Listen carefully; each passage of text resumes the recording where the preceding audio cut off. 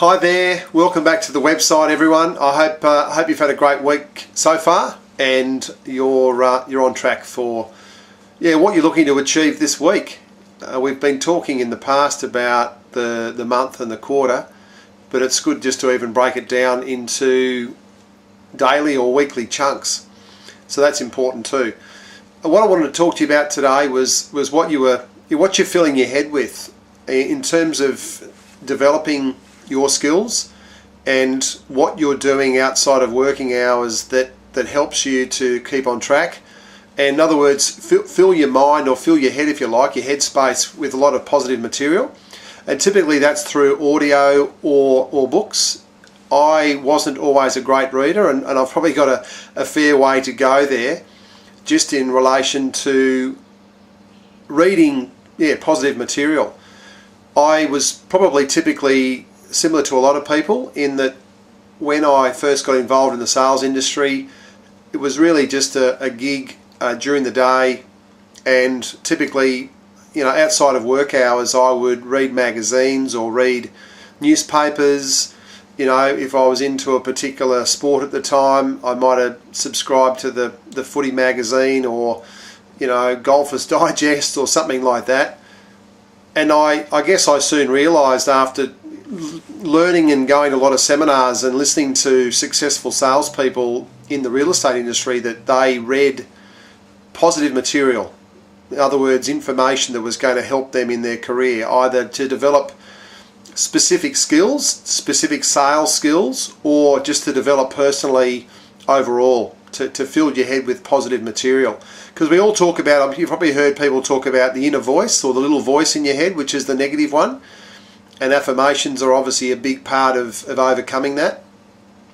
There's so much information out there, and so much good, cost-effective information that you can use. Audios are great in your car, just to have an audio on in the background when you're going from appointment to appointment, and rather than listen to the radio is not going to teach you anything. Look, I love music as much as anybody else, and there's a time and a place for that, but I just find that when I'm in the car, I'm going from session to session with agents, or I'm looking to learn and develop myself, that the car's a good place to do that. And you spend a lot of time in your car. It's a fantastic university if you've got the right information in there, the right background noise, if you like, rather than music.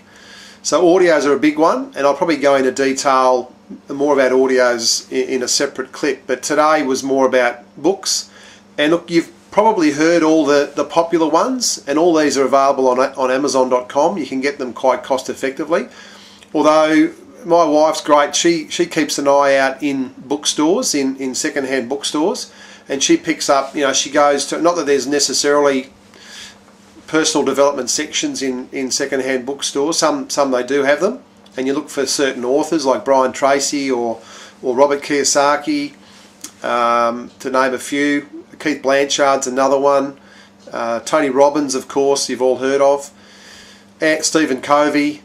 There's The Magic of Thinking Big, How to Win Friends and Influence People. They're typically the most popular. Although I've found that the ones that are also very simple to use and implement are the short ones. They're only between 100 and 150, maybe 200 pages. And as I said, it's something that I need to get better at myself. Although I just thought it was worth sharing this with you. I'm just going to run through a couple of titles which are some recommended reading, and then you can obviously work through the ones that you think are a good start for you, because I've got a couple here. One's this book here. It's called Personality Plus, and it just actually talks you through different personalities that you come across in your career, and what personality type are you. There's actually 4. I won't go into it. Get the book.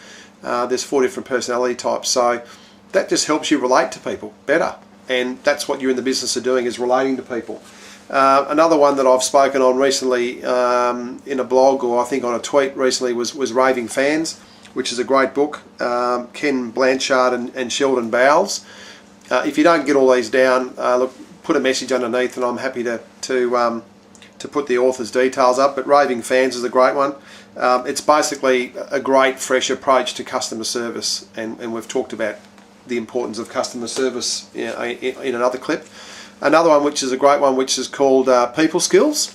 That goes without saying. How to assert yourself, listen to others, and resolve conflict. That's a great one. Author there is Robert Bolton. So that's a great one. That was one that my wife found at a second-hand bookstore for $4. So that's a great book. Probably one of my favourites is, not sure whether that's coming up okay, Who Moved My Cheese? I've read that a number of times, and it's one of those really simple ones. It's only 100 pages, not even that. So really easy to read. Eat That Frog, which is very popular. That's a Brian Tracy book. 21 Great Ways to Stop Procrastinating and Get More Done in Less Time. How important is that in real estate? That's a great read as well. In fact, I'm due to read that again. Again, 110 pages or so easy read. This is one I've read recently. It was recommended to me by somebody else, and I found it a little bit hard to find, but then I did eventually track it down. It's, again, about 120 pages. It's called How to Bounce When Others Break, and it's the top 10 rules of resilient people by a guy by the name of Dr. Steve Price. That's it there. So that was quite an easy read, and I got a lot of, you know, really good content out of that particular book. And the last one is it's a book called The Slight Edge, and it's by a guy called Jeff Olson. And there's also an audio on this, and it's just I've actually been playing the audio in my car, just to sort of tune in more of what it's all about.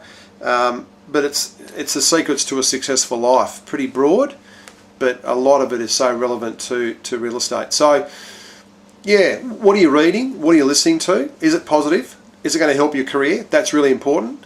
So, you know, a lot of these books, as I said, you can pick them up quite cheaply or go to Amazon.com. And if you want some more tips, I've actually got quite a comprehensive list of books that have sort of helped me shape what I do, help shape my career, if you like.